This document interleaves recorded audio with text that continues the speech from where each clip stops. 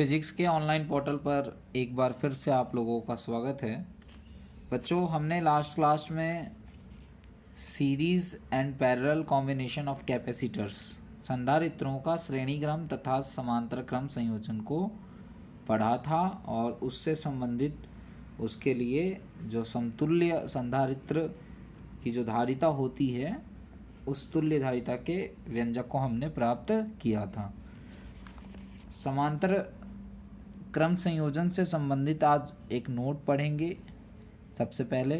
उसके बाद संधारित्र यानी कैपेसिटर में जो एनर्जी स्टोर्ड होती है वो होती है 1/2 CV²। उसे जानेंगे हम, इसका डेरिवेशन करेंगे और फिर एनर्जी निकालने के बाद, ये तो एनर्जी है, एनर्जी निकालने के बाद हम लोग पढ़ेंगे एनर्जी डेंसिटी के बारे में, और वो होता है 1/2 ε0 E²। E is the electric field. तो इसका डेरिवेशन करेंगे हम। इसके बाद जो एनर्जी स्टोर्ड होगी सीरीज कॉम्बिनेशन ऑफ कैपेसिटर्स में उसे समझेंगे, और पैरेलल कॉम्बिनेशन ऑफ कैपेसिटर में जो एनर्जी स्टोर होगी उसे हम समझेंगे। दोनों में सेम एनर्जी स्टोर होगी, वो कनेक्शन और कॉम्बिनेशन पे डिपेंड नहीं करता है, क्योंकि एनर्जी जो है वो क्या है, एक अदिश राशि है और एनर्जी कंजर्व होती है, चाहे वो सीरीज कॉम्बिनेशन की बात की जाए या पैरेलल कॉम्बिनेशन की बात की जाए। फिर हम लोग पढ़ेंगे नेक्स्ट जो हमारा टॉपिक होगा वो है चार्जेज यानी आवेशों का पुनर्वितरण, रीअरेंजमेंट पढ़ेंगे हम लोग। और ये जो प्रक्रिया होगी इस प्रक्रिया में एनर्जी लॉस होती है, तो हमारा लास्ट टॉपिक है एनर्जी लॉस इन एवब प्रोसेस। यानी ऊपर ये जो दिया हुआ है रीअरेंजमेंट ऑफ चार्जेज, इसमें जो ये जो प्रक्रिया है इस प्रक्रिया में जो एनर्जी लॉस होगा उसके डेरिवेशन को हम लोग समझेंगे। तो आज के हमारे जो यही कंप्लीटली देखा जाए तो 1 2 3 4 5 6 7 8 ये 8 टॉपिक्स हमें कवर करने हैं आज के लेक्चर में। तो सबसे पहले जो नोट है समांतर क्रम संयोजन से संबंधित नोट है उसे हम लोग समझते हैं। देखिए, सपोज करिए कि ये एक कैपेसिटर दिया हुआ है, ये एक संधारित्र पैरेलल प्लेट कैपेसिटर PPC दिया हुआ है। इसमें यहाँ से आप ये समझ लीजिए यहाँ तक ये जो डिस्टेंस दिख रहा है, इतने डिस्टेंस में एक पर्टिकुलर डाइलेक्ट्रिक कांस्टेंट वाला, जिसे हम εr1 कह रहे हैं, का डाइलेक्ट्रिक मटेरियल फिल किया गया है, यानी परावैद्युत पदार्थ भरा गया। फिर ये जो एरिया दिख रहा है आपको यहाँ तक, ये जो स्पेस दिख रहा है इस स्पेस में किसी दूसरे प्रकार का डाइलेक्ट्रिक मटेरियल भरा गया है जिसका डाइलेक्ट्रिक कांस्टेंट εr2 माना गया है। और फिर फाइनली इस बचे हुए स्पेस में तीसरे प्रकार का कोई डाइलेक्ट्रिक मटेरियल फिल किया गया है जिसका डाइलेक्ट्रिक कांस्टेंट यानी परावैद्युतांक क्या है, εr3 है। ये जो एरिया आपको दिख रहा है, ये फर्स्ट वाला जो दिख रहा है, इसका एरिया मैं कंसीडर कर लेता हूँ, प्लेट का एरिया A1 है। नेक्स्ट वाला कंसीडर करता हूँ A2 और लास्ट वाला A3। ऑब्वियस सी बात है कि इन दोनों प्लेटों के बीच में जो दूरी होगी वो क्या होगी, कंसीडर कर लेते हैं उसे D, तो यही दूरी तीनों के केस में होगा। चलिए, अब ये जो कैपेसिटर आपको दिख रहा है, एक कैपेसिटर, एक सिंगल कैपेसिटर है जिसके 2 प्लेट हैं। एक प्लेट ये दिख रहा है आपको, ये वाली लाइन, और दूसरा ये वाला प्लेट आपको दिख रहा है। तो ये एक सिंगल कैपेसिटर हुआ जिसकी 2 प्लेटें हैं, बीच में अलग अलग प्रकार के डाइलेक्ट्रिक मटेरियल भरे गए हैं। तो इसका जो आंसर होगा उसे हम कैसे, यानी आंसर किसके लिए, इसके जो कैपेसिटेंस का एक्सप्रेशन होगा वो क्या होगा उसे हमें समझना है। तो इसे हम कंसीडर करेंगे 3 अलग अलग कैपेसिटर के रूप में, और फिर उसको हम लोग पैरेलल कॉम्बिनेशन में एज्यूम करेंगे कि वो पैरेलल कॉम्बिनेशन में है। क्यों ऐसा करेंगे, देखिए करंट जो है वो यहाँ से फ्लो करेगा, ऊपर से सपोज करिए ए टू बी हमें फाइनल पूछा गया है, तो यहाँ से करंट फ्लो करेगा, तो वो करंट इस वाले हिस्से में जाएगा, इस वाले हिस्से में जाएगा और इस वाले हिस्से में जाएगा, यानी इस पर्टिकुलर पॉइंट पे जो कि काम करेगा जंक्शन की तरह, करंट जो है वो डिवाइड हो रहा है 3 सेक्शन में, और फिर यही आकर यहाँ और ये यहाँ और ये यहाँ मिल रहा है, यानी करंट का डिवीज़न, यानी चार्जेस अलग अलग स्टोर होंगे इन एरियाज़ में। ये जो एरिया दिख रहे हैं इन एरियाज़ में अलग अलग चार्जेस स्टोर होंगे। इस आधार पे हम कह सकते हैं कि चार्जेस अलग अलग हैं और पोटेंशियल ड्रॉप यहाँ से यहाँ तक का जो है वही इसके लिए, वही इसके लिए और वही इसके लिए है, यानी पोटेंशियल ड्रॉप यानी विभवांतर सेम है, जबकि चार्जेस जो हैं वो क्या हैं, अलग अलग हैं, Q1 Q2 Q3। तो स्पष्ट है कि इस सिस्टम को हम लोग ऐसा कह सकते हैं कि ये एक कैपेसिटर नहीं है, बल्कि ये 3 अलग अलग कैपेसिटर के समांतर क्रम संयोजन से बना हुआ एक कैपेसिटर है। तो इसे हम लोग कंसीडर करेंगे इस तरीके से। देखिए ये एक आया जो हमारा मेन लाइन है उसे हमने ड्रॉ किया है, और ये इस तरीके से नीचे एग्जिट लाइन। ओके, हम लोग सबसे पहले यहाँ पे एक कैपेसिटर बना लेते हैं, नेक्स्ट कैपेसिटर यहाँ बना लेते हैं और नेक्स्ट कैपेसिटर यहाँ बना लेते हैं। देखिए सबके जो फर्स्ट प्लेट हैं वो एक पर्टिकुलर पॉइंट से जुड़ा हुआ एज्यूम कर लेंगे, यानी सबका पॉजिटिव प्लेट एक पर्टिकुलर पॉइंट से जुड़ा है। उसी तरीके से सबका जो नेगेटिव प्लेट है, सेकंड प्लेट जो है वो भी एक अन्य पर्टिकुलर पॉइंट से जुड़ा हुआ एज्यूम कर लेंगे। ये इसी एक सिंगल कैपेसिटर को अलग अलग करके दर्शाया जा रहा है, यानी ये वाला सेक्शन ये दर्शाया जा रहा है, यहाँ से यहाँ तक का ये जो सेक्शन है उसे इस चित्र से दर्शाया जा रहा है, और ये जो लास्ट वाला सेक्शन है उसे ऐसे दर्शाया जा रहा है। स्पष्ट है कि यहाँ से यहाँ तक का एरिया A1 है, तो ये भी एरिया A1 होगा।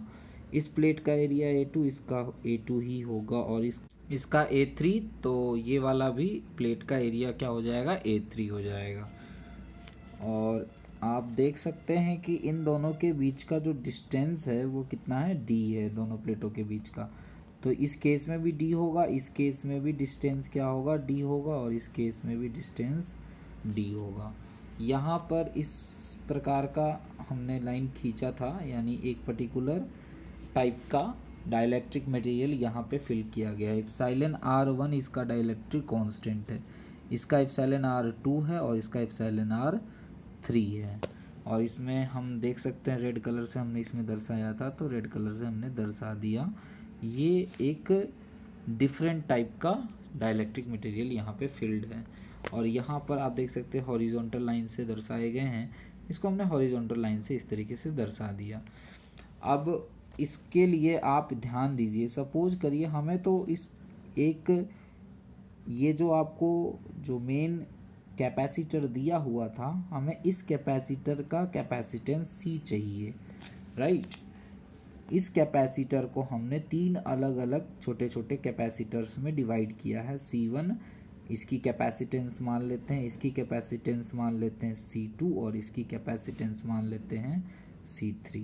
तो ये C1 C2 C3 ये किस क्रम में संयोजित माने जाएंगे, तो मैंने आपको काफ़ी डिटेल में समझाया है। चार्जेस यहाँ पे डिवाइड हो रहे हैं, करंट डिवाइड हो रहा है, तो ये समांतर क्रम में संयोजित माने जाएंगे। तो इस आधार पर अब हम लोग समांतर क्रम के लिए जो हमने व्यंजक प्राप्त किया था समतुल्य धारिता का, यानी इन तीनों का ये जो दिख रहे हैं आपको 3 कैपेसिटर, इन तीनों का समतुल्य धारिता क्या होगा, इन तीनों के बदले में एक अकेला जो संधारित्र होगा उसकी धारिता क्या होगी, तो C इज इक्वल टू समांतर क्रम में पढ़ाया गया है C1 C2 और C3 का क्या हो जाएगा, योग हो जाएगा। बच्चों C1 क्या होगा आप बताइए, तो C1 हो जाएगा A1 होगा, एप्सिलॉन नॉट और एप्सिलॉन R1 होगा, डिवाइडेड बाई डिस्टेंस जो है वो D होगा, राइट। उसी तरीके से C2 क्या होगा, तो मैं इस सेक्शन में जा रहा हूँ, देखिए A2 हो जाएगा C epsilon 2 epsilon not R2, right, और डिवाइडेड बाई क्या हो जाएगा, D हो जाएगा, प्लस क्या हो जाएगा A3 epsilon not epsilon 3 divided by D, इस तरीके से हो जाएगा। हम लोग इसको कॉमन ले सकते हैं। कॉमन यहाँ पर ये चीज़ें कॉमन दिख रही हैं, यानी epsilon not divided by D, तो इन ब्रैकेट में क्या हो जाएगा A1 एप्सिलॉन R1, यहाँ हो जाएगा A2 एप्सिलॉन R2 और A3 एप्सिलॉन R3। तो ये जो आपको कैपेसिटेंस मिला ये है इन तीनों का फाइनल कैपेसिटेंस, जिसे इस व्यंजक से, इस एक्सप्रेशन से प्राप्त करते हैं। और ये कैसे हुआ ये आपने पढ़ रखा, इसका क्या होगा, ये एक सिंगल कैपेसिटर है तो A epsilon not by D, ये आपने फॉर्मूला पढ़ा है तो हमने वही लिखा, ए की जगह A1 है, इसका A1 एप्सिलॉन नॉट और A epsilon not by D, यानी A1 epsilon not by D distance. लेकिन डी में डिवाइड होगा किससे, एप्सिलॉन R1 से, क्योंकि हवा या निर्वात नहीं है, ये फील्ड है, किससे, डाइलेक्ट्रिक मटेरियल से, तो उसका डाइलेक्ट्रिक कांस्टेंट से डिवाइड होता है डी में। तो इसमें डी से डिवाइड, एप्सिलॉन R1 से डिवाइड होगा तो ये ऊपर चला जाएगा। इसी प्रकार से जैसे इसका ये हो रहा है तो इसका A2 और एप्सिलॉन R2 होगा और इसका A3 और एप्सिलॉन R3 होगा।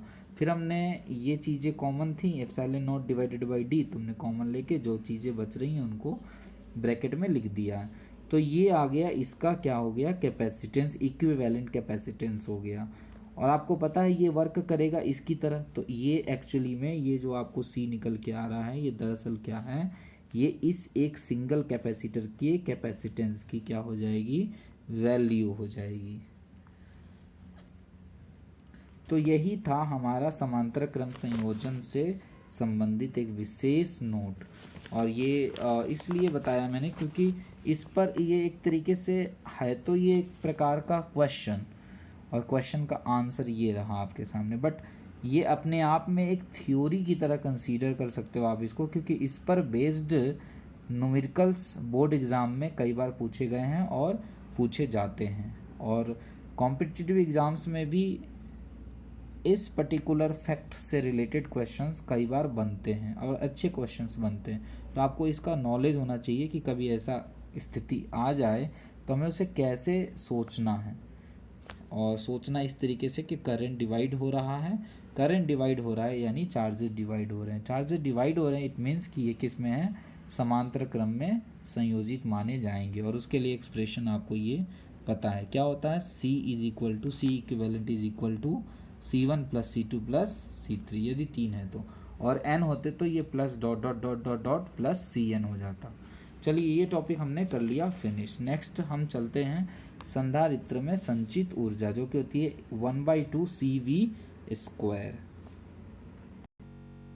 डियर स्टूडेंट्स, यहाँ ध्यान दीजिए, ये कैपेसिटर को ड्रॉ किया है मैंने, ये पॉजिटिव प्लेट है कैपेसिटर का और ये नेगेटिव प्लेट है, ठीक है। इस प्लेट का नाम हम लोग कंसीडर करते हैं M और इसका कंसीडर कर लेते हैं N। इस पर पॉजिटिव चार्ज है कैपिटल Q और इस पर है नेगेटिव चार्ज माइनस Q।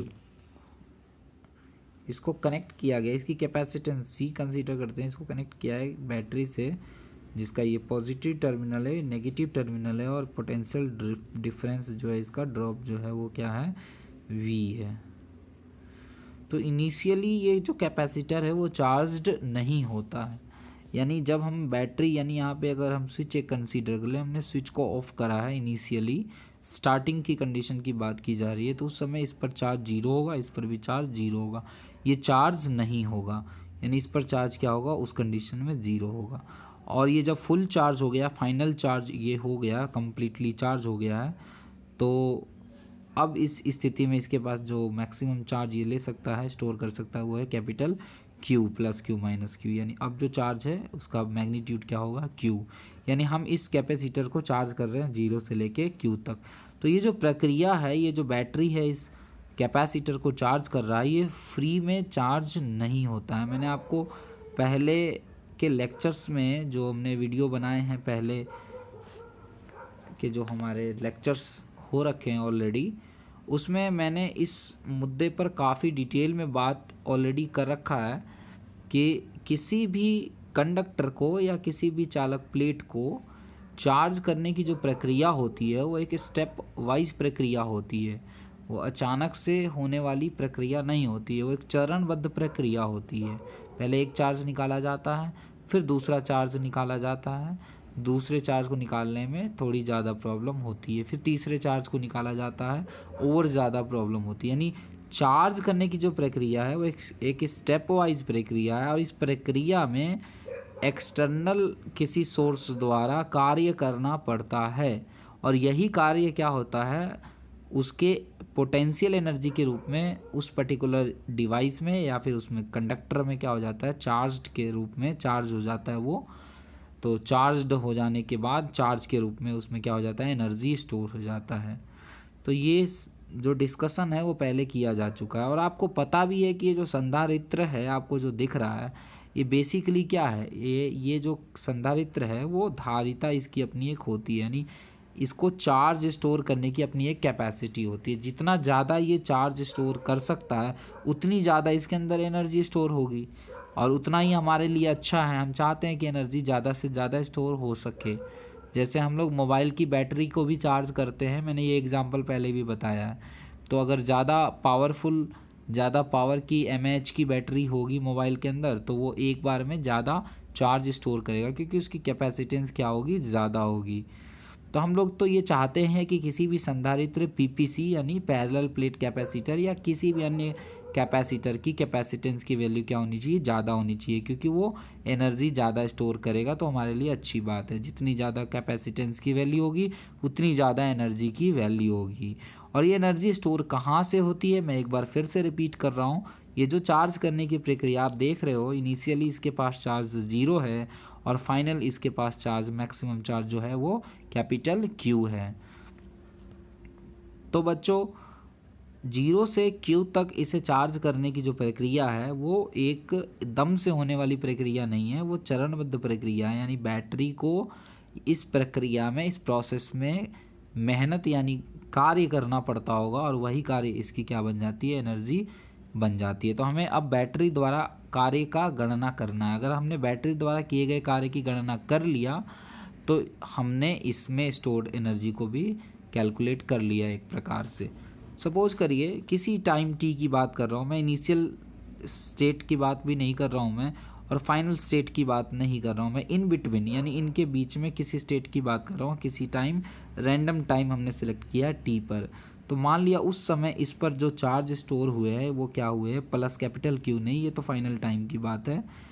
उस समय स्टोर हुआ है, मान लेते हैं प्लस स्मॉल q, और इस पर स्टोर हुआ है ऑब्वियस सी बात है माइनस स्मॉल q चार्ज, ऐसा हम लोग कंसीडर कर लेते हैं। यानी जो परिमाण लेंगे हम लोग क्या लेंगे, q लेंगे। यानी किसी टाइम t पर चार्ज कितना स्टोर हो रहा है, q हो रहा है, और उस समय जो इसके प्लेटों के बीच का विभवांतर होगा वो क्या होगा, हम लोग कंसीडर कर लेते हैं VT कंसीडर कर लेते हैं, चलिए, यानी potential difference at time t।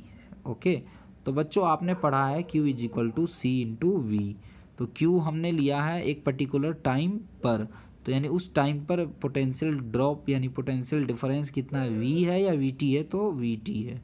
तो यहाँ से बच्चों, और C क्या है, इसकी कैपेसिटेंस हमने यहाँ पे देखिए लिखा है। तो बच्चों VT क्या हो जाएगा Q डिवाइडेड बाई C। यानी किसी पर्टिकुलर टाइम t पर जो पोटेंशियल ड्रॉप, पोटेंशियल डिफरेंस होगा इन दोनों के मध्य का, इन दोनों के प्लेटों के मध्य का, वो क्या होगा, Q अपॉन C होगा। इसे हमने पढ़ा दिया, समझा दिया अच्छे से। चलिए, अब ये अभी तक तो आपने देखा कि कितना चार्ज ये ले रखा है, टाइम t तक हमने इसको कितना चार्ज दे दिया, Q। लेकिन अब Q से ज़्यादा हमें और थोड़ा सा चार्ज देना है। एक्चुअली हमें पहुंचना तो कैपिटल Q तक है, तो हम अब Q से डायरेक्ट कैपिटल Q तक नहीं पहुंच सकते। Q से फिर थोड़ा सा बढ़ेगा, फिर थोड़ा सा बढ़ेगा, इस तरीके से थोड़ा थोड़ा चार्जेस बढ़ के फाइनली क्या होगा, प्लस कैपिटल Q तक और माइनस कैपिटल Q तक इसमें फाइनल चार्ज स्टोर होगा। तो सपोज कर लेते हैं कि टाइम t के जस्ट बाद हम इसको, जो नेक्स्ट चरणबद्ध प्रक्रिया जो मैंने जिसकी बात की, तो जो नेक्स्ट चार्ज हम लोग इसमें स्टोर कराने जा रहे हैं वो क्या स्टोर कराने जा रहे हैं, dq। यानी dq और एक्स्ट्रा चार्ज हम इसमें देने जा रहे हैं। तो इस dq चार्ज और देने में अब कितना कार्य करना पड़ेगा। तो बच्चों आपको पता होगा कि कार्य कैसे निकाला जाता है। तो कार्य निकाला जाता है, सपोज करिए क्योंकि देखिए हम लोग स्मॉल चार्ज और दे रहे हैं, ज़्यादा चार्ज नहीं दे रहे हैं, इसके बाद हम लोग बहुत ही स्मॉल चार्ज कंसीडर कर रहे हैं, इसका मतलब कार्य भी स्मॉल होगा। यानी डी क्यू अगर दे रहे हैं तो डी क्यू से जो रिलेटेड होगा कार्य वो डी डब्ल्यू कंसिडर कर रहे हैं। तो D W is equal to D Q into क्या होगा, वी टी होगा, राइट। क्योंकि आपने पढ़ा है डब्ल्यू क्या होता है, क्यू इंटू वी होता है। कार्य क्या होता है, कार्य होता है विभव और लाए गए आवेश का परिमाण। तो ये फॉर्मूला हमने पहले पढ़ाया हुआ है, तो इस हिसाब से क्या हो जाएगा, डी डब्ल्यू हो जाएगा D Q into we T. चलिए अब आगे बढ़ते हैं।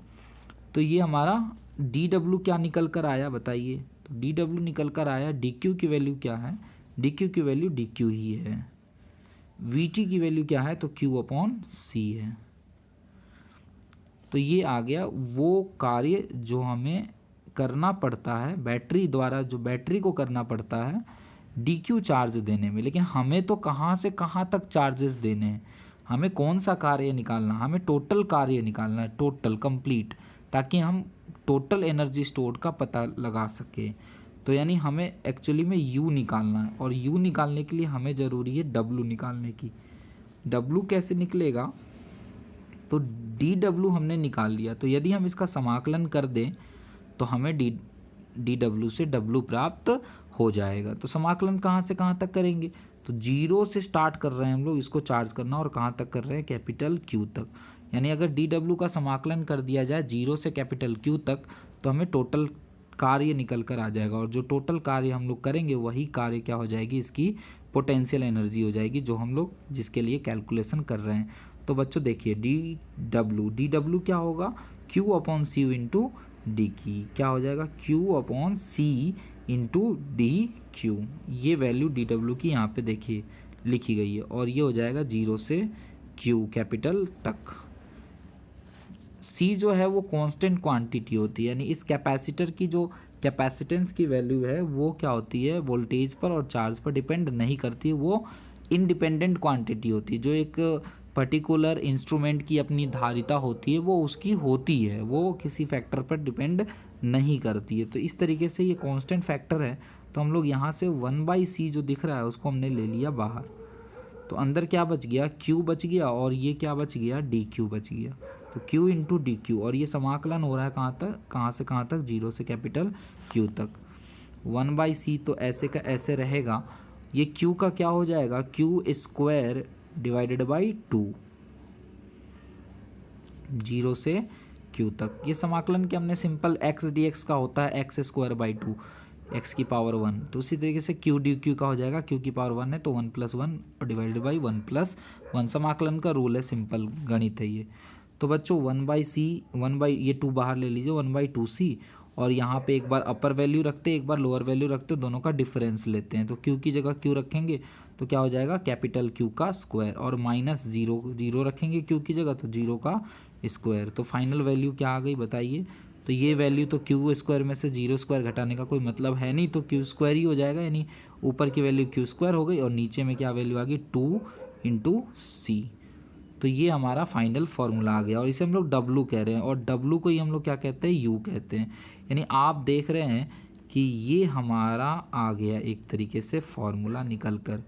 संधारित्र में संचित ऊर्जा का यही फार्मूला होता है, U is equal to W, और that is equals to Q square by 2c। अब Q इज इक्वल टू क्या होता है बच्चों, C इंटू वी होता है।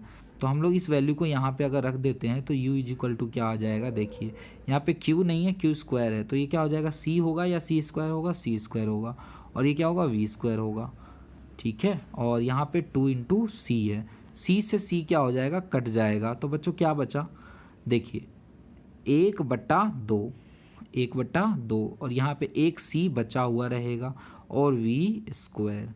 तो ये जो फॉर्मूला निकल कर आया, यही फॉर्मूला इंट्रोडक्टरी पार्ट में यहाँ पे लिखा गया था, 1/2CV स्क्वायर, और यही रूप ज़्यादा प्रचलन में होता है, यानी ज़्यादा फेमस यही होता है 1/2CV स्क्वायर। हालांकि main formula Q square by 2c आया, ये एक दूसरा रूप है, इसी का एक दूसरा रूप जो मेन एक्चुअली जो ज़्यादा फेमस है वो ये रहा। क्योंकि एनर्जी जनरली हम लोग इसी फॉर्म में देखते हैं, एक 1/2 kx स्क्वायर स्प्रिंग के लिए देखा था हमने।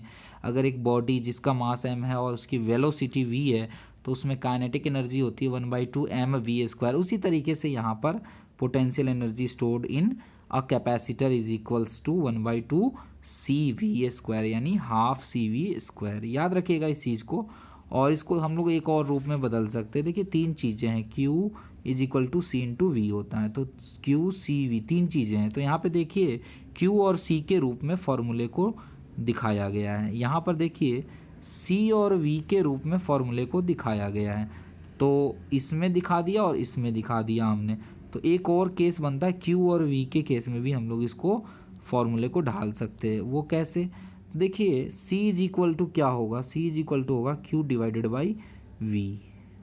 यहाँ से आप C निकालेंगे तो Q डिवाइडेड बाई V, तो इस फॉर्मूले में रख दीजिए। तो देखिए U इज इक्वल टू क्या हो जाएगा, Q² बाई 2 इंटू C। ये फॉर्मूला आ रखा है पहले से, तो Q की जगह Q² रहने दीजिए और डिवाइडेड बाई 2 की जगह 2 रहने दीजिए। C की जगह लिखिए Q और बाई V, Q बटा में V ऊपर चला जाएगा। इस Q से ये जो Q दिख रहा है ये कट जाएगा, तो क्या आ जाएगा Q into V divided by 2 यानी हाफ QV। इसको हम लोग लिख सकते हैं हाफ QV का 50%। तो इस तरीके से U का जो हमारा फॉर्मूला आ गया वो क्या आ गया, देखिए ध्यान से, U का फॉर्मूला आ गया 1/2 CV², वेरी पॉपुलर। उसके बाद हम कह सकते हैं 1/2 और QV, उसके बाद हम कह सकते हैं 1/2 और Q² बाई C।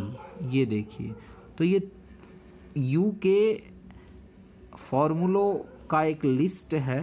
ये जो U के फॉर्मूले हैं उनका क्या है, एक लिस्ट है जिसमें हमने अलग अलग रूपों में व्यक्त किया है। C और V के फॉर्म में व्यक्त किया है, Q और V के फॉर्म में व्यक्त किया, और Q और C के फॉर्म में व्यक्त किया। क्योंकि तीन चीज़ें हैं, Q है, C है और V है, तो या तो इन दोनों में रिलेशन हो सकता है, या इन दोनों में रिलेशन हो सकता है, या फिर इन दोनों में रिलेशन हो सकता है, QC में या CV में या QV में। तो उन तीनों को ही यहाँ पे व्यक्त किया। लेकिन सबसे ज़्यादा पॉपुलर फॉर्मूला कौन सा है और आपको कौन सा याद रखना है, तो याद रखिएगा 1/2 CV²। वैसे आप ये भी याद रख सकते हैं, या फिर ज़रूरत पड़े तो आप Q is equal to CV फॉर्मूले का यूज करके आप लोग निकाल सकते हैं।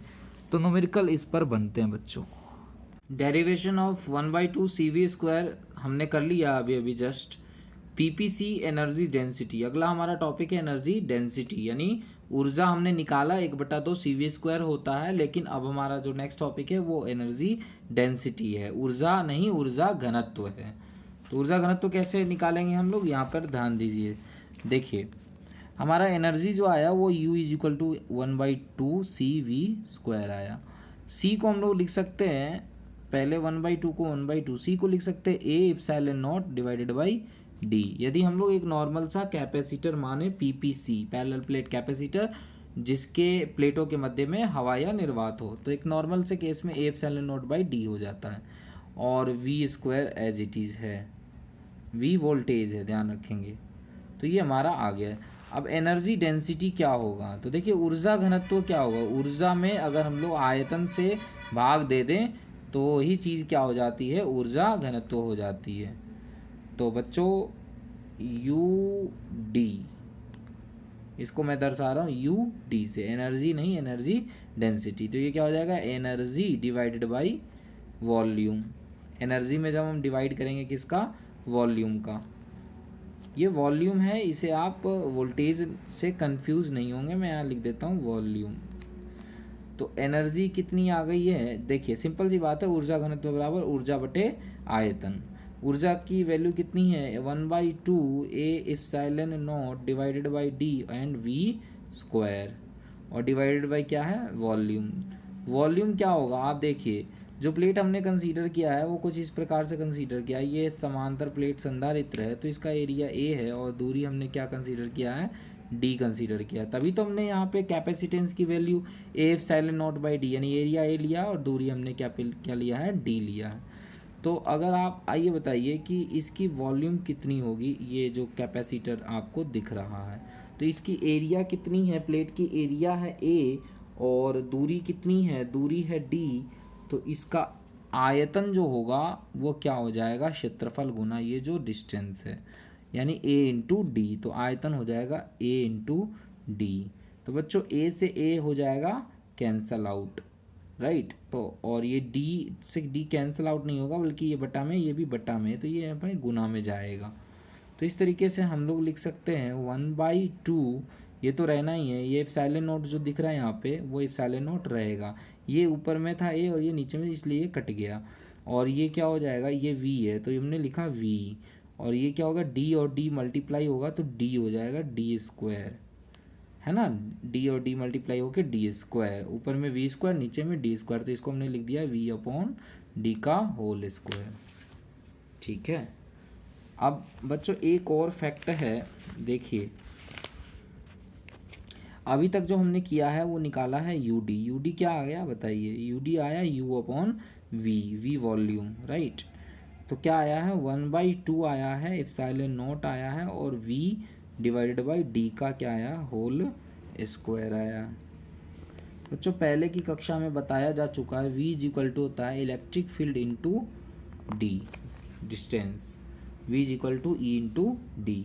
तो इस फॉर्मूले को अगर हम यहाँ पे रख दें तो क्या आ जाएगा, UD आ जाएगा 1/2 एप्सिलॉन नॉट, V की जगह ED रखा जाए तो E into D divided by D, और इसका क्या हो जाएगा, होल स्क्वायर। D से D क्या हो जाएगा, कैंसल आउट हो जाएगा, तो क्या बच जाएगा 1/2 एप्सिलॉन नॉट E स्क्वायर, और ये हो जाएगा UD, ये क्या हो जाएगा UD। तो UD की जो वैल्यू फाइनल जो फॉर्मूला आ गया वो ये आ गया, यानी इसका डेरिवेशन हमने कंप्लीट कर लिया। देखिए 1/2 एप्सिलॉन नॉट E स्क्वायर, तो 1/2 एप्सिलॉन नॉट और E is the electric field. तो ये हमने डेरिवेशन कंप्लीट कर लिया एनर्जी डेंसिटी के लिए। नेक्स्ट जो हमारा टॉपिक है वो है energy stored in series combination of capacitors and parallel combination of capacitors, यानी समांतर और श्रेणी क्रम में एनर्जी कितनी स्टोर होगी उसे हम लोग देखेंगे। देखिए श्रेणी क्रम संयोजन को हम लोग कंसीडर करते हैं। सपोज करिए इस n प्रकार के टोटल हमारे कैपेसिटर्स हैं, टोटल कैपेसिटर्स कितने हैं, n हैं, जिनकी कैपेसिटेंस क्या है C1 C2 C3 इस तरीके से डॉट डॉट डॉट Cn है। और श्रेणी क्रम सबसे पहले हम पढ़ रहे हैं सीरीज। तो सीरीज में क्या होता है, सीरीज में Q सेम होता है और पोटेंशियल डिफरेंस अलग अलग होते हैं इस तरीके से, Q लेकिन क्या होता है, सेम होता है। यानी इसमें पहले वाले के केस में भी Q चार्ज होगा, दूसरे में भी Q, तीसरे में भी Q, इस तरीके से होगा, लेकिन इसके पोटेंशियल ड्रॉप क्या होगी, V1 V2 V3 इस तरीके से Vn होगा। तो हम लोग सबसे पहले एनर्जी निकालते हैं। पहले एक हम लोग कैपेसिटर लेते हैं जिसकी कैपेसिटेंस क्या है C1, इसकी एनर्जी कितनी होगी तो उसे हम लोग U1 से दर्शा रहे, तो U1 क्या होगा 1/2 C या C1 होगा, और V या V1 तो V1 का स्क्वायर होगा। तो बच्चों यहाँ पर आप देखिए कि इस रूप को हम लोग अगर यूज करके चलेंगे तो हम रिजल्ट तक पहुँचने में हमें प्रॉब्लम होगी, क्योंकि वेरिएबल वोल्टेज यहाँ पे दिखेगा हमें सभी केसेस में। तो ये फार्मूला ना यूज़ करके हम लोग यूज़ करेंगे ये वाला फार्मूला Q²/2C। ये फार्मूला भी मैंने बताया था, यहाँ पर देखिए लिस्ट जो बताई गई थी 1/2 CV², 1/2 QV एंड 1/2 Q²/C। ये देखिए जो हमारा बेसिक फार्मूला निकल कर आया था सबसे पहले Q²/2C। तो Q²/2C फार्मूले को हम लोग यहाँ पर यूज करेंगे। तो U1 की वैल्यू हो जाएगी Q² divided by 2 into C क्या होगा 1 होगा, लेकिन Q में 1 लगाने की ज़रूरत नहीं है। U2 क्या होगा, इसी तरीके से एक नेक्स्ट दूसरा कोई कैपेसिटर होगा, उसकी कैपेसिटेंस क्या है C2 है, तो क्या होगा 1/2 C2 और V2², लेकिन ये फार्मूला लगाने की ज़रूरत नहीं, हमें ये फार्मूला लगाएंगे तो क्या होगा Q²/2C2। तो अब अगर हम लोग टोटल एनर्जी निकाले, जैसे श्रेणी क्रम में ये C1 है, ये C2 है, ये C3 है, ये C4 है and dot dot dot Cn, इस तरीके से श्रेणी क्रम में अटैच्ड हैं, जुड़े हुए हैं, इस तरीके से n संधारित्र श्रेणी क्रम में जुड़े हुए हैं जिनकी धारिताएं C1 C2 C3 dot dot dot Cn है। तो इसकी जो एनर्जी होगी, इसकी जो एनर्जी होगी, तो इस तरीके से सभी की जो टोटल एनर्जी अगर हम लोग कैलकुलेट करें तो हम लोग क्या करेंगे, सिंपल जोड़ देंगे। सिंपल क्यों जोड़ेंगे, क्योंकि एनर्जी अदिश राशि होती है और अदिश राशियों को सिंपल इस तरीके से नॉर्मली अलजेब्राइक सम ही करते हैं। तो जो टोटल एनर्जी होगी उसे हम लोग U से दर्शा रहे हैं, तो ये हो जाएगा U1 plus U2 plus U3 and dot dot dot so on क्या होगा, UN होगा। यहाँ पे क्या लेंगे हम लोग, Q²/2C1, इसमें लेंगे Q²/2C2, जैसा कि आप देख रहे हैं यहाँ मैंने लिखा है। यहाँ पे लेंगे Q²/2C3 and dot dot dot Q²/2CN। Q²/2 common हो जाएगा सब में, तो यहाँ हो जाएगा 1/C1, 1/C2, 1/C3 and dot dot dot 1/CN। और आपको पता है श्रेणी क्रम संयोजन में आपने पढ़ रखा है पहले से कि श्रेणी क्रम संयोजन में जो तुल्य धारिता होती है उसका एक्सप्रेशन क्या होता है, तो 1/C तुल्य is equal to 1/C1 plus 1/C2 plus 1/C3, इस तरीके से होता है। यानी ये जो आपको फैक्टर दिख रहा है ब्रैकेट में, ये दरअसल क्या है बताइए, तो आप लिख लीजिए Q²/2, और ये जो दिख रहा है ये क्या है, 1/C तुल्य। तो आपने देखा कि हमारा जो फाइनल फॉर्मूला आया वो क्या आया, Q²/2C तुल्य। तो ये तो एक तरीके से वही हो गया फॉर्मूला Q²/2C वाला, लेकिन अब की बार C नहीं, C तुल्य आया। तो ये कहना ये चाह रहा है कि इसको हम लोग क्या लिख सकते हैं, U तुल्य लिख सकते हैं। यानी अलग अलग जो कैपेसिटर आप यूज कर रहे हो, ये पहला कैपेसिटर, दूसरा कैपेसिटर, तीसरा, इस तरीके से n नंबर ऑफ कैपेसिटर्स आप यूज कर रहे हो, तो जो जितनी एनर्जी आप स्टोर करोगे उन n नंबर ऑफ कैपेसिटर्स के बदले जो समतुल्य संधारित्र आएगा उसमें जो एनर्जी स्टोर होगी वो इतनी होगी और वो इनके योग के बराबर होगा। यानी आप चाहे ऐसे अलग अलग n number of capacitors use कर लो, चाहे से आप एक अकेला उसके इक्विवेलेंट वाला यूज कर लो, एनर्जी जो रहेगी वो सेम ही रहेगी। तो ओवरऑल इस डिस्कशन का निष्कर्ष क्या है, एनर्जी इज कंजर्व्ड, यानी क्या है, ऊर्जा क्या है, संरक्षित रहती है। इस बात को प्रूफ किया गया कि आप अकेला यूज कर लो या फिर n प्रकार के यूज कर लो, तो उन सब का जो एनर्जी होगा वो क्या रहेगा, सेम ही रहेगा, सबके योग के बराबर आ रहा है। देखिए इसी बात को, इसी जो फैक्ट है एनर्जी इज कंजर्व, इसी फैक्ट को वापस से ऊर्जा संरक्षित होती है, इसी को समांतर क्रम संयोजन में भी हम लोग देखेंगे। तो चलिए समांतर क्रम संयोजन में क्या होता है बताइए, C जो होता है C1 वो क्या होगा बताइए, C1 होगा, C तुल्य की बात कर लेते हैं हम लोग सबसे पहले। तो C तुल्य होता है C1 plus C2 plus C3, इस तरीके से होता है, और डॉट डॉट डॉट क्या होता है, CN होता है। चलिए U1 की बात करते हैं, तो U1 हो जाएगा 1/2 C1 V² होगा। V1 नहीं लेंगे बच्चों, क्योंकि बात हम लोग कर रहे हैं अभी समांतर क्रम में। तो समांतर क्रम में आपको पता होगा कि संधारित्र की धारिताएं तो अलग अलग होंगी। जैसे ये पहला संधारित्र तो C1 होगा, ये दूसरा संधारित्र तो इसकी कैपेसिटेंस C2 होगी, लेकिन क्योंकि ये समांतर क्रम में संयोजित है तो इस अब की बार क्या होगा, Q अलग अलग होगा, लेकिन पोटेंशियल ड्रॉप सबका क्या होगा, सेम होगा। तो अब की बार V1 V2 लेने की जरूरत नहीं है, क्या लेंगे, इसका भी V, इसका भी V, और सबका क्या लेंगे, V लेंगे। तो U2 क्या हो जाएगा, इसी प्रकार से 1/2 C2V² लेंगे, ना कि हमें V2 लेने की ज़रूरत नहीं है। इसी तरीके से डॉट डॉट डॉट UN क्या होगा बताइए, UN हो जाएगा 1/2 CN V²। ठीक है ना। तो बच्चों अब हम अगर टोटल एनर्जी निकाले, कैलकुलेट करें उसी तरीके से, तो एनर्जी क्या होती है, आपको पता है एनर्जी होती है सदिश, नहीं, एनर्जी क्या होती है, अदिश राशि होती है। तो अदिश राशि को सिंपल नॉर्मल बीजगणितीय योग से हम लोग जोड़ सकते हैं। U इज इक्वल टू क्या होगा, टोटल U निकाल रहे हैं हम लोग, तो U1 plus U2 plus U3 and dot dot dot so on कहाँ तक जाएगा, UN तक होगा। बच्चों U1 क्या होगा, हमने निकाला 1/2 C1 V²। नेक्स्ट क्या है, 1/2 C2 V²। अब यहाँ जगह नहीं है तो इसलिए मैं डॉट डॉट डॉट अभी लगा देता हूँ, 1/2 CN V²।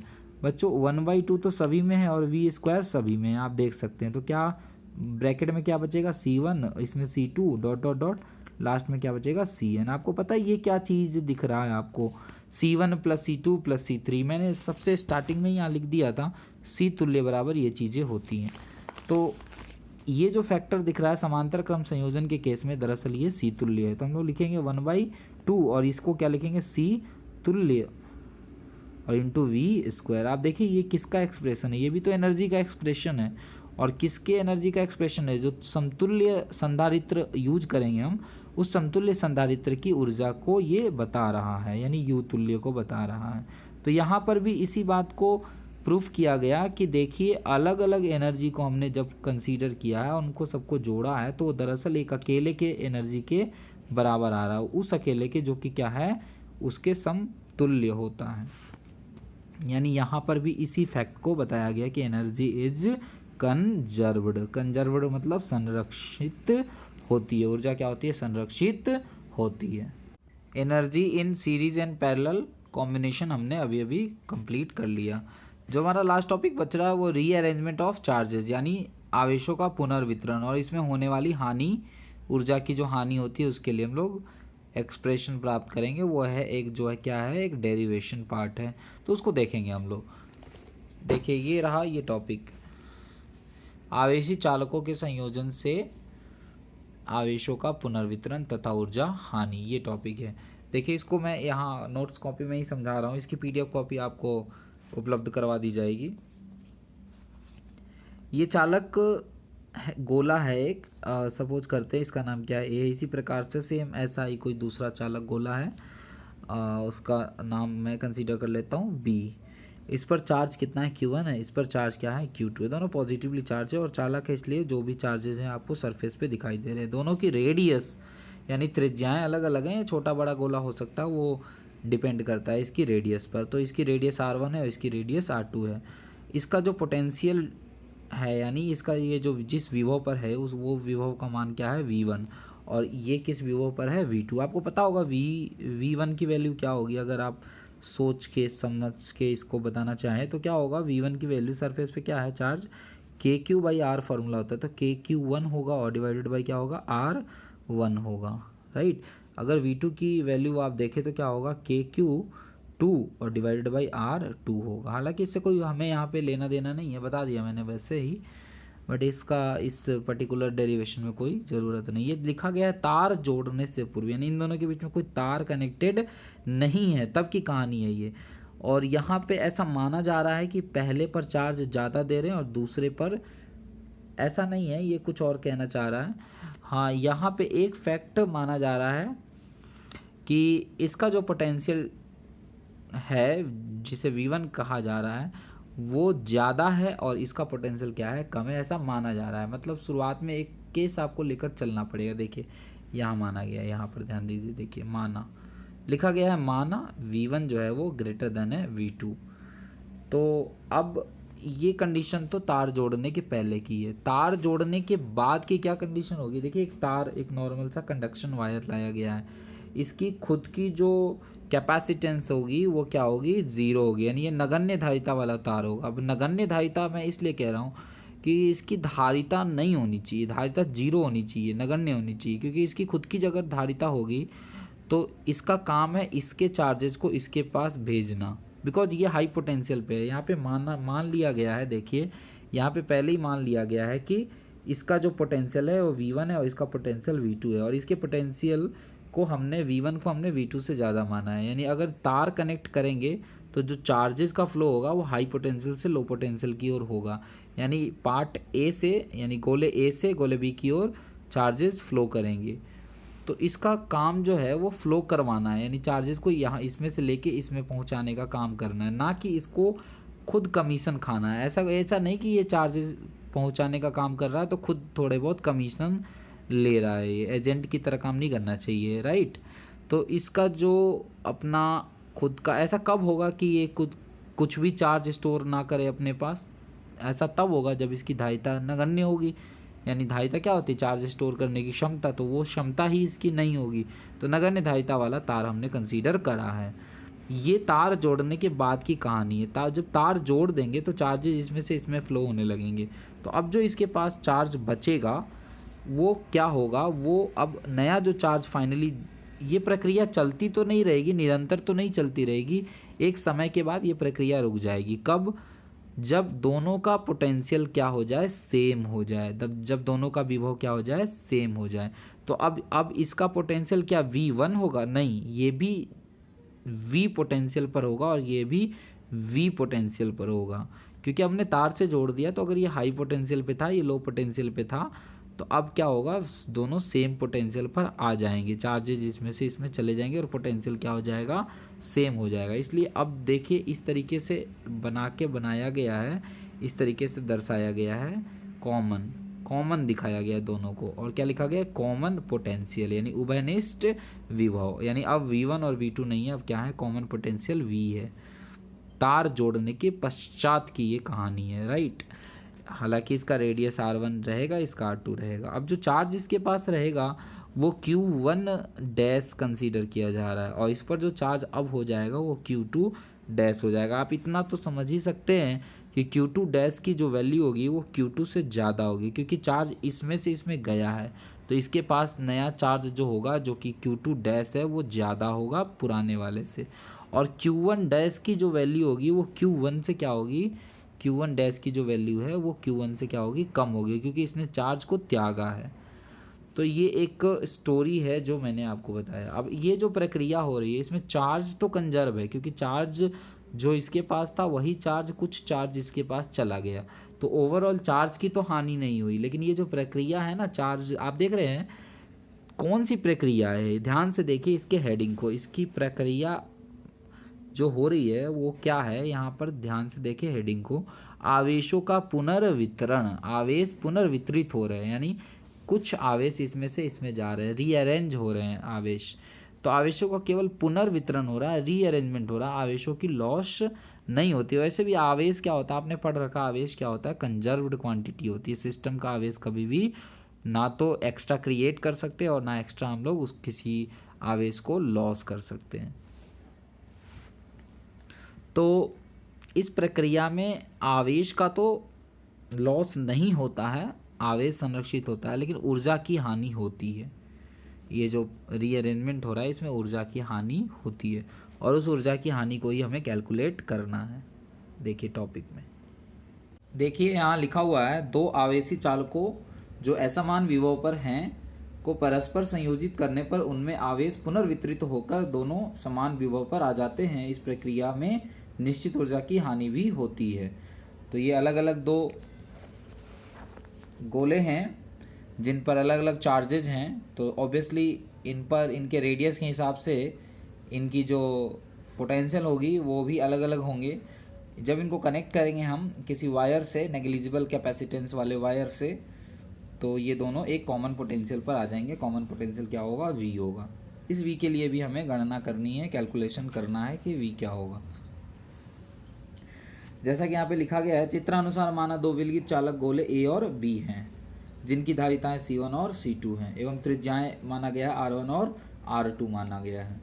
इन्हें क्रमशः Q1 और Q2 देने पर इनके विभव V1 और V2 हो जाते हैं। इन गोलों को आवेश दिया गया है Q1 और Q2, जिससे इनके विभव क्या हो जाते हैं, V1 और V2, जैसा कि ऑलरेडी चर्चा किया जा चुका है।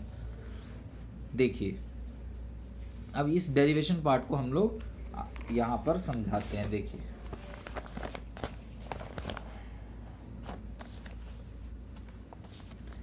देखिए चार्ज देने पर विभव जनरेट होता है चालक गोले पर, राइट। तो चार्जेज जो हैं वो घटना से पहले, यानी तार जोड़ने से पहले और तार जोड़ने के बाद जो चार्जेज होंगे वो सेम होंगे, क्योंकि चार्ज क्या होता है, चार्ज कंजर्व्ड होता है, संरक्षित होता है। यानी Q जो है, टोटल Q जो हम लोग ले रहे हैं चार्ज टोटल, वो बिफोर जो होगा वो बराबर होगा Q आफ्टर के। Total charges before the joining and total charges after the joining the wire क्या होंगे, सेम होंगे, बराबर होंगे। क्या होगा बिफोर में, तो बिफोर में है Q1 और प्लस Q2, और आफ्टर में क्या होगा, आफ्टर में होगा Q1 वेट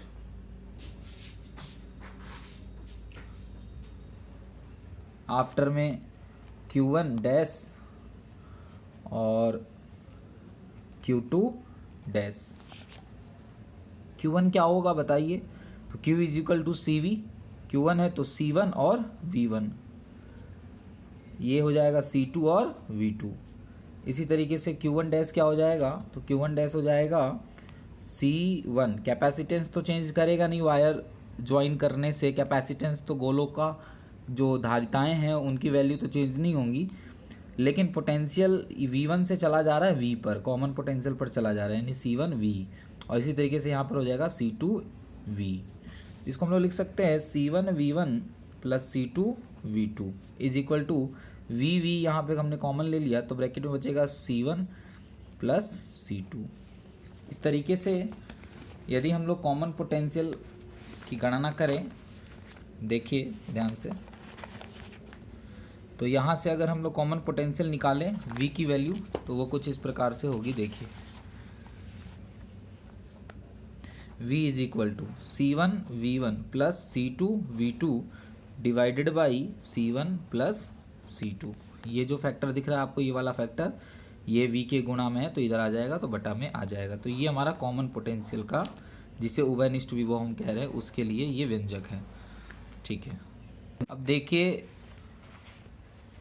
पुनर्वितरण के पश्चात चालकों पर आवेशों का अनुपात। तो पुनर्वितरण के पश्चात जो पहले गोले यानी गोला जो A है, चालक गोला A, उस पर जो चार्ज प्रेजेंट है वो कितना है, Q1 नहीं है, Q1 डैश है वो। पुनर्वितरण के पश्चात यानी चार्जेस जब ऑलरेडी रीअरेंज हो चुके हैं उसके बाद गोले A पर जो चार्ज हो है वो क्या है, Q1 डैश। उसी तरीके से गोले B पर क्या है, Q2 डैश। तो इनका रेशियो क्या होगा ये पूछा जा रहा है। तो ये सिंपल होगा, देखिए Q1 डैश क्या होगा, C1 इंटू V होगा, क्योंकि ये पश्चात की बात हो रही। तो पश्चात यानी तार जोड़ने के बाद तो पहला वाला गोला किस पोटेंशियल पर आ गया है, V1 से V पोटेंशियल पर आ गया है। उसी तरीके से दूसरा वाला V पोटेंशियल पर आ गया है, दूसरा वाला भी। तो V और V यहाँ से कैंसल आउट हो जाएगा, तो इसकी वैल्यू आ गई C1 डिवाइडेड बाई C2।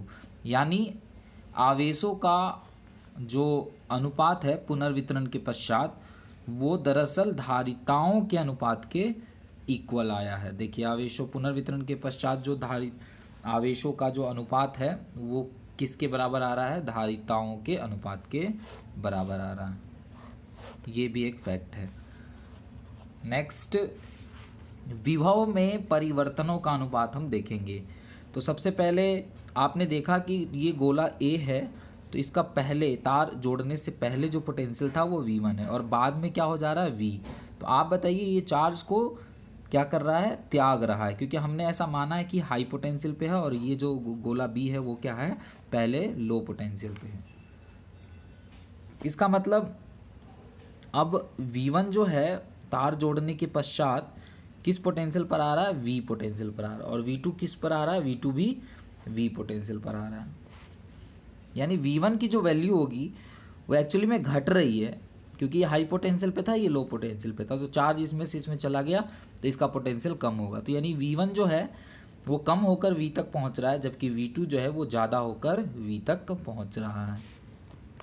तो पहले गोले में विभव का जो परिवर्तन आया है उसे हम लोग चेंज के रूप में इस तरीके से दर्शाएंगे, डेल्टा के रूप में। तो डेल्टा V1 यानी पहले गोले में विभव में परिवर्तन, तो वो किसके बराबर होगा, डेल्टा V1, तो हो जाएगा V1 माइनस V। V1 में से हम V घटाएंगे क्योंकि V1 ज़्यादा है, मैंने यहाँ पे भी डिस्कस किया। तो V1 क्या है बताइए, V1 है, और V क्या है, तो V अभी निकाला था हमने, यहाँ पर देखिए ये V का फॉर्मूला, कॉमन पोटेंशियल। तो C1 V1 plus C2 V2 divided by C1 plus C2। इसको हम लोग आगे बढ़ा सकते हैं, एलसीएम लेंगे। तो देखिए C1 V1 C2 V1 minus C1 V1 ये वाला फैक्टर, और माइनस C2 V2 और divided by C1 plus C2। ये फैक्टर कट गया C1 V1, तो क्या बच गया, देखिए V1 इसमें है और इसमें V2 है, लेकिन दोनों में क्या है, C2 है। तो C2 हमने ले लिया कॉमन, और डिवाइडेड बाई क्या है, C1 प्लस C2। और यहाँ पे क्या बचेगा बताइए, कॉमन C2 हमने लिया तो V1 माइनस V2 ये बचा। चलिए बात करते हैं सेकंड के केस में, यानी गोले B में। तो गोले B में जो विभव का परिवर्तन होगा वो क्या होगा, उसे हम लोग दर्शा रहे हैं डेल्टा V2। क्या होगा बताइए, तो ये हो जाएगा V माइनस V2। देखिए यहाँ पे हमने V1 में से V को घटाया था, जबकि यहाँ पर हम V में से V2 को घटा रहे हैं। ऐसा क्यों कर रहे हैं आपको समझ में आया होगा, क्योंकि V2 बढ़कर V तक पहुँच रहा है, तो ज़्यादा वैल्यू इसकी होगी, कम वैल्यू इसकी होगी, तो जो चेंज निकालेंगे वो ज़्यादा में से कम को घटाएंगे। V की value C1 V1, C2 V2 और C1 प्लस C2 ये वैल्यू है, माइनस V2। एलसीएम लीजिए, क्या होगा, C1 V1 plus C2 V2 minus C1 V2 होगा ना ये, और ये हो जाएगा minus C2 V2, right, divided by C1 plus C2। देखिए C2 V2 और C2 V2 positive negative cut जाएगा, तो इसमें C1 कॉमन आ जाएगा, राइट, V1 और माइनस V2 ये रहा, और divided by C1 plus C2। तो ये जो फैक्टर आपको दिख रहा है ये क्या है, डेल्टा V2, और ये जो फैक्टर दिख रहा था ये क्या है, डेल्टा V1। तो हमें क्या करना है, हमें करना है, देखिए हमें करना है विभव में परिवर्तनों का अनुपात लेना है।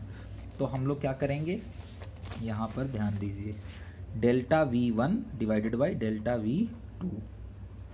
तो बताइए डेल्टा V1, देखिए डेल्टा V1 में क्या है, ये जो फैक्टर आपको दिख रहा है V1 minus V2 divided by C1 plus C2, ये फैक्टर आपको डेल्टा V2 में भी नज़र आ रहा है, V1 minus V2 divided by C1 plus C2। तो यदि हम इस फैक्टर को इस फैक्टर से डिवाइड करेंगे तो ये जो पूरा कॉमन फैक्टर है ये वाला और ये वाला कट जाएगा, तो क्या बच जाएगा, C2 बाई C1,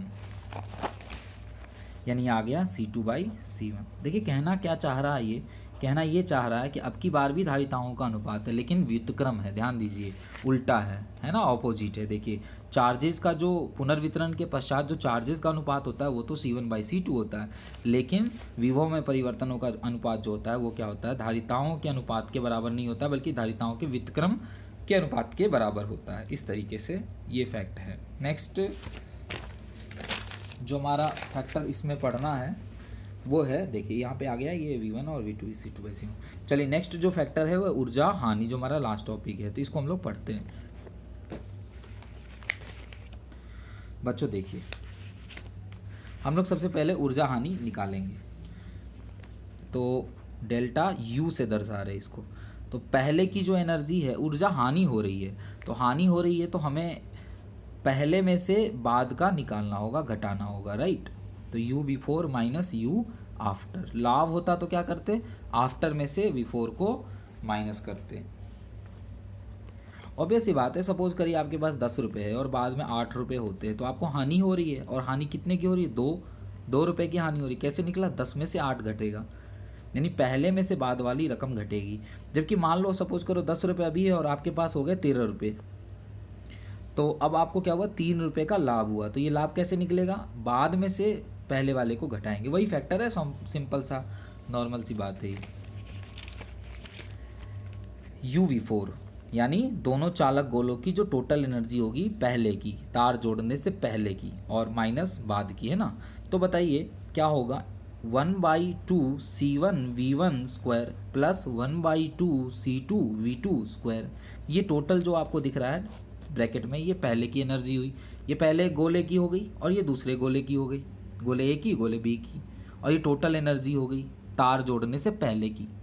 और तार जोड़ने के बाद की क्या कहानी रहेगी बताइए, तो माइनस 1/2 C1, C तो C1 रहेगा लेकिन V स्क्वायर होगा, और प्लस 1/2 C2 V स्क्वायर, दोनों क्या हो जाएंगे, कॉमन पोटेंशियल पे आ जाएंगे, तो V ले लेंगे हम लोग। चलिए 1/2 C1 V1 square plus 1/2 C2 V2 square minus 1/2 C1 और ध्यान से देखें प्लस C2 इन ब्रैकेट और V स्क्वायर। इस तरीके से हम लिख सकते हैं, क्योंकि देखिए यहाँ पे 1/2 और V स्क्वायर ये कॉमन है, तो हमने 1/2 V स्क्वायर को कॉमन ले लिया और C1 प्लस C2 इस तरीके से हमने लिख दिया। चलिए 1/2 1/2 1/2 हमने सबसे पहले कॉमन ले लिया पूरे फैक्टर्स में से, तो यहाँ पे बच जाएगा C1 V1 square C2 V2 square minus, देखिए 1/2 कॉमन ले चुके, तो यहाँ क्या बचेगा C1 प्लस C2। और V की वैल्यू क्या होती है, तो V की वैल्यू होती है बच्चों C1 V1 C2 V2 divided by C1 plus C2, और इसका क्या हो जाएगा स्क्वायर। ठीक है, क्योंकि देखिए 1/2 तो कॉमन ले लिया, C1 प्लस C2 ये रहा है, V की वैल्यू होती है कॉमन पोटेंशियल की जो वैल्यू होती है वो ये होती है, तो ये V है और इसका स्क्वायर, और ये फिर डब्बा बंद। देखिए 1/2 C1 V1 square C2 V2 square minus, यहाँ ध्यान दीजिए C1 प्लस C2 का होल स्क्वायर है ना ये, तो यहाँ पे एक्चुअली में स्क्वायर होगा और इसका भी स्क्वायर होगा, राइट। तो ये स्क्वायर होगा, तो यानी ये जो फैक्टर है वो 2 टाइम्स है, नीचे में मल्टीप्लाइड हो रहा है, और ये जो फैक्टर है ये गुणा में है, तो ये पूरा फैक्टर इस फैक्टर को काट देगा, लेकिन तब भी एक फैक्टर ऐसा बचा रहेगा नीचे में क्योंकि ये स्क्वायर है, राइट। तो क्या हो जाएगा बताइए, C1 V1 plus C2 V2 का होल स्क्वायर, और ऊपर तो है ना ये a प्लस बी का होल स्क्वायर, राइट, इस पूरे का स्क्वायर, और डिवाइडेड बाई क्या हो जाएगा C1 प्लस C2। इसका स्क्वायर मैं नहीं लिख रहा हूँ क्योंकि इससे ये कट जाएगा एक।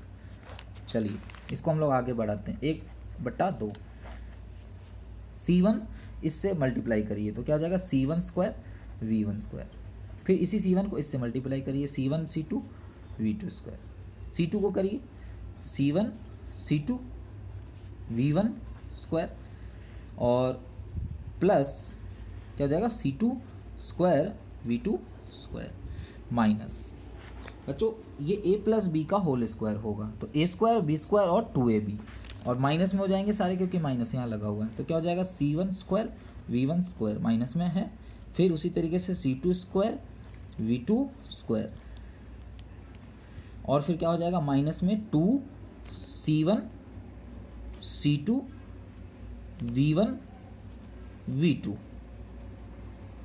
और डिवाइडेड बाई क्या हो जाएगा C1 plus C2।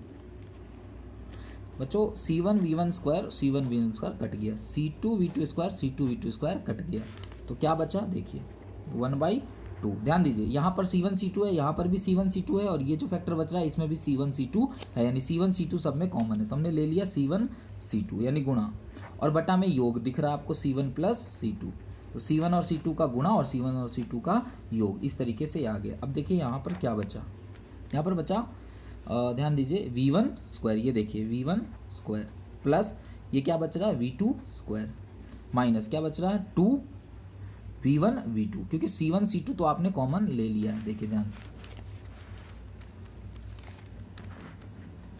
-2 C1 C2, तो हमने ये चीज़ क्या ले लिया है कॉमन ले लिया, तो -2 V1 V2 बचा रहेगा, तो 2 V1 V2, और बटा ये वाले फैक्टर को हमने पहले ही ले लिया। अब इस पे ज़रा आप ध्यान से इसको देखें तो क्या होगा, a square plus b square minus 2ab के फॉर्म में है, तो इसको हम लोग लिख सकते हैं a माइनस बी का होल स्क्वायर, तो क्या हो जाएगा हमारा फाइनल आंसर देखिए 1/2 गुणा बटा योग, राइट, और ये हो जाएगा V1 माइनस V2 का होल स्क्वायर, क्योंकि ये जो फैक्टर है वो a square plus b square minus 2ab यानी a माइनस बी का होल स्क्वायर, तो ये हमारा आ गया। तो यही हमारा ऊर्जा हानि का फाइनल व्यंजक। इस चीज़ को आप देख भी सकते हैं, जो हमारा ये आंसर आया फाइनल, ये रहा delta u loss is equal to 1/2 C1 C2 divided by C1 plus C2 and ये जो वोल्टेज का डिफरेंस है उसका स्क्वायर।